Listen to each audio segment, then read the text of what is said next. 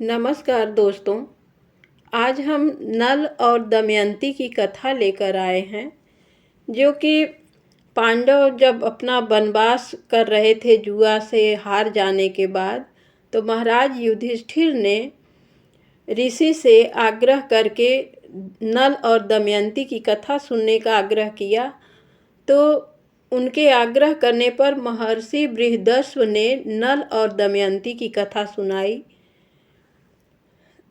जो कि इस प्रकार है। धर्मराज जी से कहते हैं ऋषि जी, निषाद देश में वीरसेन के पुत्र नल नाम के एक राजा हो चुके हैं। वे बड़े गुणवान, परम सुंदर, सत्यवादी, जितेंद्रिय, सबके प्रिय, वेदज्ञ एवं ब्राह्मण भक्त थे। उनकी सेना बहुत बड़ी थी। वे स्वयं अस्त्र विद्या में बहुत निपुण थे। वे वीर योद्धा, उदार और प्रबल पराक्रमी भी थे। उन्हें जुआ खेलने का भी कुछ कुछ शौक था। उन्हीं दिनों विदर्भ देश में भीम नाम के एक राजा राज्य करते थे। वे भी नल के समान ही सर्वगुण संपन्न और पराक्रमी थे। उन्होंने दमन ऋषि को प्रसन्न करके उनके वरदान से 4 संतानें प्राप्त की थीं। 3 पुत्र और 1 कन्या। पुत्रों के नाम थे दम, दांत और दमन। पुत्री का नाम था दमयंती। दमयंती लक्ष्मी के समान रूपवती थी। उनके नेत्र विशाल थे। देवताओं और यक्षों में भी वैसी सुंदरी कन्या कहीं देखने में नहीं आती थी। उन दिनों कितने ही लोग विदर्भ देश से निषाद देश में आते और राजा नल के सामने दमयंती के रूप और गुण का बखान करते। निषाद देश से विदर्भ में जाने वाले भी दमयंती के सामने राजा नल के रूप, गुण और पवित्र चरित्र का वर्णन करते। इस प्रकार दोनों के हृदय में पारस्परिक अनुराग अंकुरित हो गया। एक दिन राजा नल ने अपने महल के उद्यान में कुछ हंसों को देखा। उन्होंने एक हंस को पकड़ लिया। हंस ने कहा, आप मुझे छोड़ दीजिए तो हम लोग दमयंती के पास जाकर आपके गुणों का ऐसा वर्णन करेंगे कि वह आपको अवश्य वर लेंगी। नल ने हंस को छोड़ दिया। वे सब उड़कर विदर्भ देश में गए। दमयंती अपने हंसों को देखकर बहुत प्रसन्न हुई और हंसों को पकड़ने के लिए उनकी ओर दौड़ने लगी। दमयंती जिस हंस को पकड़ने के लिए दौड़ती, वही बोल उठता कि अरे दमयंती, निषाद देश में एक नल नाम का राजा है। वह अश्विनी कुमार के समान सुंदर है। मनुष्यों में उसके समान सुंदर और कोई नहीं है। वह मानो मूर्तिमान कामदेव हैं। यदि तुम उसकी पत्नी हो जाओ तो तुम्हारा जन्म और रूप दोनों सफल हो जाएं। हम दोनों ने देवता, गंधर्व, मनुष्य, सर्प और राक्षसों को घूम घूम कर देखा है। नल के समान कहीं सुंदर पुरुष देखने में नहीं आया है। जैसे तुम स्त्रियों में रत्न हो, वैसे ही नल पुरुषों में भूषण है। तुम दोनों की जोड़ी बहुत ही सुंदर होगी। दमयंती ने कहा, हंस, तुम नल से भी ऐसी बात कहना। हंस ने निषाद देश में लौटकर नल से दमयंती का संदेश कह दिया। दमयंती हंस के मुंह से राजा नल की कीर्ति सुनकर उनसे प्रेम करने लगी। उसकी आसक्ति इतनी बढ़ गई कि वह रात दिन उनका ही ध्यान करती रहती। शरीर धूमिल और दुबला हो गया। वह दीन सी दिखने लगी। सखियों ने दमयंती के हृदय का भाव ताड़कर विदर्भ राज से निवेदन किया कि आपकी पुत्री अस्वस्थ हो गई है। राजा भीम ने अपनी पुत्री के संबंध में बड़ा विचार किया। अंत में वह इस निर्णय पर पहुंचे कि मेरी पुत्री विवाह योग्य हो गई है, इसलिए उसका स्वयंवर कर देना चाहिए। उन्होंने सब राजाओं को स्वयंवर का निमंत्रण पत्र भेज दिया और सूचित कर दिया कि राजाओं को दमयंती के स्वयंवर में पधार कर लाभ उठाना चाहिए और मेरा मनोरथ पूर्ण करना चाहिए।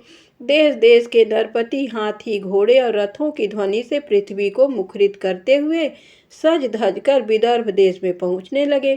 भीम ने सबके स्वागत सत्कार की समुचित व्यवस्था की। देवर्षि नारद और पर्वत के द्वारा देवताओं को भी दमयंती के स्वयंवर का समाचार मिल गया। इंद्र आदि सभी लोकपाल भी अपनी मंडली और वाहनों सहित विदर्भ देश के लिए रवाना हुए। राजा नल का चित्त पहले से ही दमयंती पर आसक्त हो चुका था। उन्होंने भी दमयंती के स्वयंवर में सम्मिलित होने के लिए विदर्भ देश की यात्रा की। देवताओं ने स्वर्ग से उतरते समय देख लिया कि कामदेव के समान सुंदर नल दमयंती के स्वयंवर के लिए जा रहे हैं। नल की सूर्य के समान कांति और लोकोत्तर रूप संपत्ति से देवता भी चकित हो गए। उन्होंने पहचान लिया कि ये नल हैं। उन्होंने अपने विमानों को आकाश में खड़ा कर दिया और नीचे उतरकर नल से कहा, राजेंद्र नल, आप बड़े सत्यव्रती हैं। आप हम लोगों की सहायता करने के लिए दूत बन जाइए। नल ने प्रतिज्ञा कर ली और कहा कि करूँगा। फिर पूछा कि आप लोग कौन हैं और मुझे दूत बनाकर कौन सा काम लेना चाहते हैं।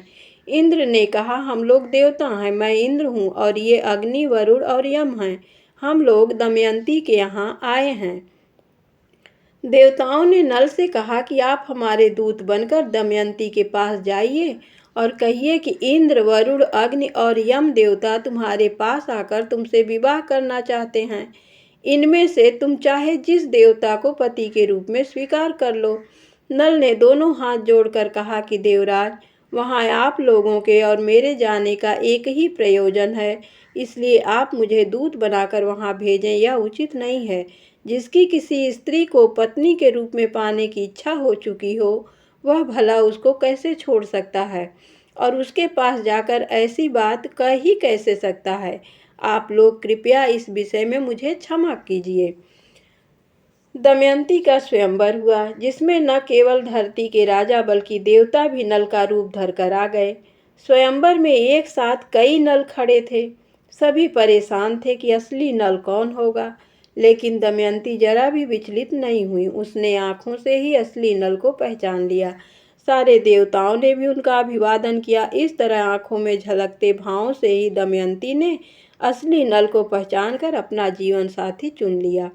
नव दंपति को देवताओं का आशीर्वाद प्राप्त हुआ। दमयंती निषाद नरेश राजा नल की महारानी बनी।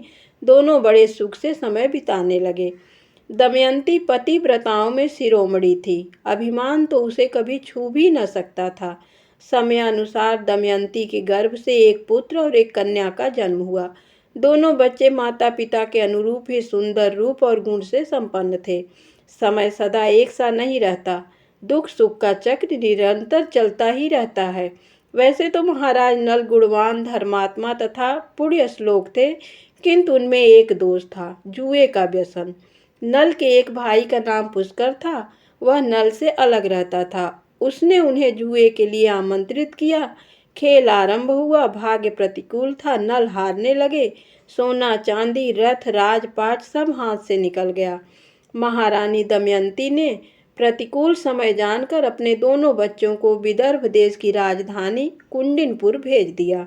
इधर नल जुए में अपना सर्वस्व हार गए। उन्होंने अपने शरीर के सारे वस्त्राभूषण उतार दिए। केवल एक वस्त्र पहनकर नगर से बाहर निकले। दमयंती ने भी मात्र एक साड़ी में पति का अनुसरण किया। एक दिन राजा नल ने सोने के पंख वाले कुछ पक्षी देखे।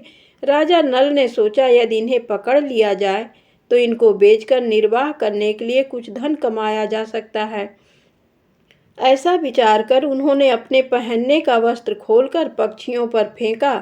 पक्षी वह वस्त्र लेकर उड़ गए। अब राजा नल के पास तन ढकने के लिए भी कोई वस्त्र न रह गया।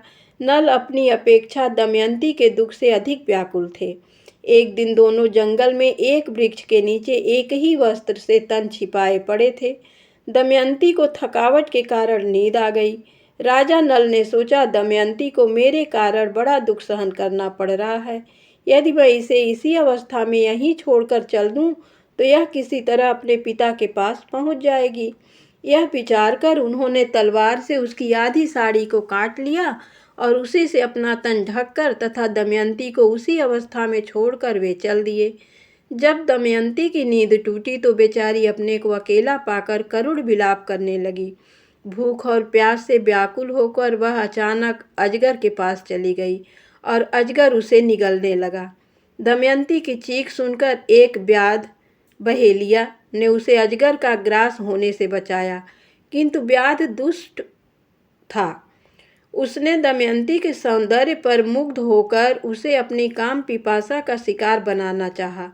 दमयंती उसे श्राप देते हुए बोली, यदि मैंने अपने पति राजा नल को छोड़कर किसी अन्य पुरुष का कभी चिंतन न किया हो तो इस पापी व्याध के जीवन का अभी अंत हो जाए। दमयंती की बात पूरी होते ही व्याध मृत्यु को प्राप्त हुआ। दैव योग से भटकते हुए दमयंती एक दिन चेदि नरेश सुबाहु के पास और उसके बाद अपने पिता के पास पहुंच गई। अंततः दमयंती के सतीत्व के प्रभाव से एक दिन महाराज नल के दुखों का भी अंत हुआ। दोनों का पुनर्मिलन हुआ और राजा नल को उनका राज्य भी वापस मिल गया। धन्यवाद दोस्तों। कहानी कैसी लगी प्लीज़ कमेंट में लिखकर बताइएगा और आगे भी ऐसी कहानी सुनने के लिए मेरे चैनल को सब्सक्राइब ज़रूर करिएगा।